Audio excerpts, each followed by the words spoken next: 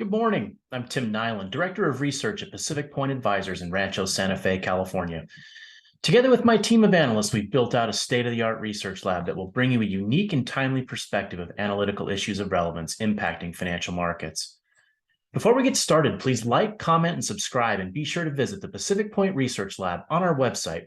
And while you're there, be sure to sign up to receive our research delivered directly to your email inbox. Let's dive into the revenue and earnings growth characteristics of the Pacific Point Stable Earnings Core Portfolio versus the S&P 500 to illustrate how stable earnings growth contributes to capital efficiency and how capital efficiency in turn can create long-term value. The following 25-year chart illustrates the 1-year percent change in revenues for the Pacific Point Stable Earnings Core Portfolio and the S&P 500. As you would expect, in both cases, the overall revenue trend of growth tends to follow the normal business cycle, but the Stable Earnings Core Portfolio operates in a much tighter and mainly positive range of annual revenue growth. Looking at the statistics on the right side of each panel, note the range for the core portfolio from a high of 16.5% to a low of only negative 0.2% versus the S&P 500 range of a high of 30.6% to a low of negative 9%. Stable earnings portfolio member companies offer goods and services that are consumed each and every day, irrespective of price increases. Stated differently, member companies maintain pricing power for their goods and services such that they are better able to pass along cost increases by charging higher prices to consumers that would otherwise have to be absorbed by member companies.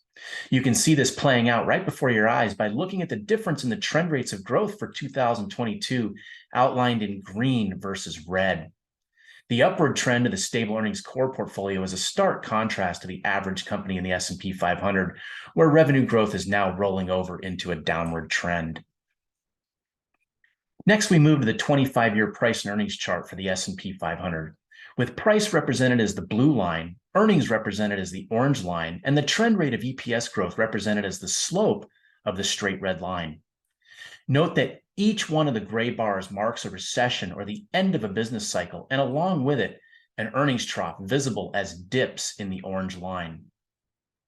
These earnings troughs contribute to a low cyclical 6.61% annual trend rate of EPS growth over the prior 25 years, as evidenced by the slope of the straight red line. This suggests that the average company in the S&P 500 can be dependent on the business cycle and can struggle to effectively manage costs and profit margins relative to the wide range of annual revenue growth we saw on the previous slide. In the table at the bottom of the slide, you can see the forecast EPS growth for the next 3 years, on average, commensurate with historic 25-year trend rates of growth. These estimates are provided by analysts contributing to the Zacks research system, one of the platforms we utilize here at Pacific Point in our research lab.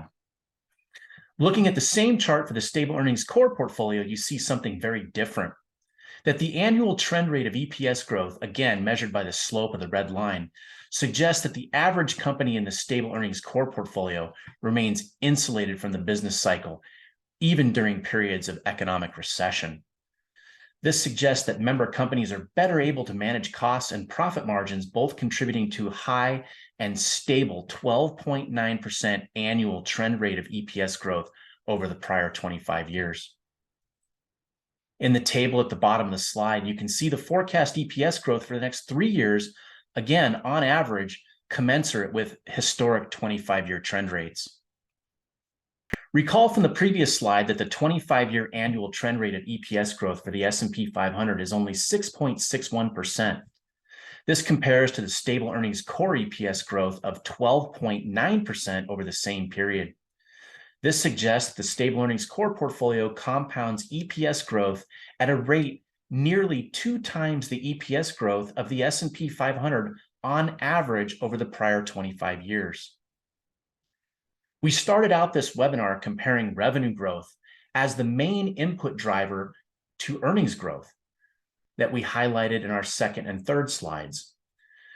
The resulting earnings per share happens to be the numerator in each of the 3 capital efficiency ratios we prefer here at Pacific Point: return on assets, or ROA, return on equity, or ROE, and return on capital, or ROC.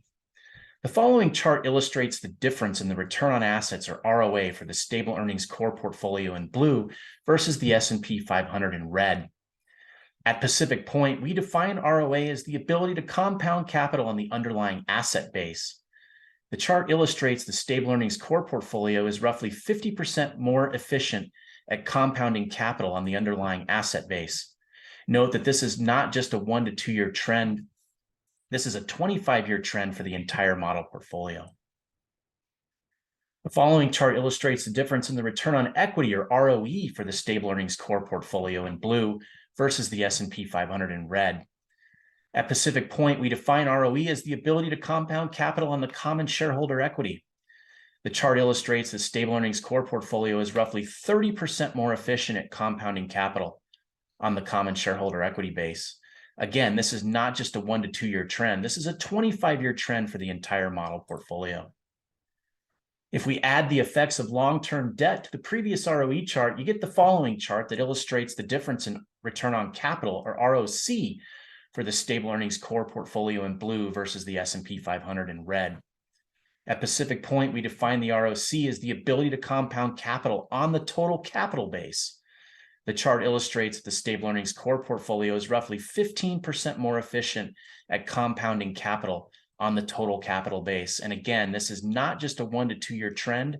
This is a 25-year trend for the entire model portfolio. At Pacific Point, we utilize the following hypothetical charts to illustrate the general relationship between underlying growth, capital efficiency, and the sustainability and supportability of long-term valuations. Generally speaking, for any assumed level of growth, companies or aggregate portfolios with higher capital efficiency ratios will tend to warrant higher valuations or higher PE multiples. Conversely, for any assumed level of capital efficiency, companies or aggregate portfolios with higher growth will tend to warrant higher valuations or higher PE multiples. In short, higher returns equal higher valuations, and higher growth equals higher valuations. Stable earnings portfolios can provide your core equity allocation with insulation away from the underlying business cycle, which can result in long-term trend rates of annual EPS growth of nearly 2 times the S&P 500. This average rate of growth, coupled with the resulting capital efficiency, can help maintain the valuation of your core equity allocation throughout even the most challenging of economic cycles. If you are a financial advisor or an individual investor and would like more information on how you can work with our team here at Pacific Point, please email us directly at info@pacificpoint.net, and be sure to connect with us on LinkedIn at Pacific Point Advisors LLC. Thank you all for attending.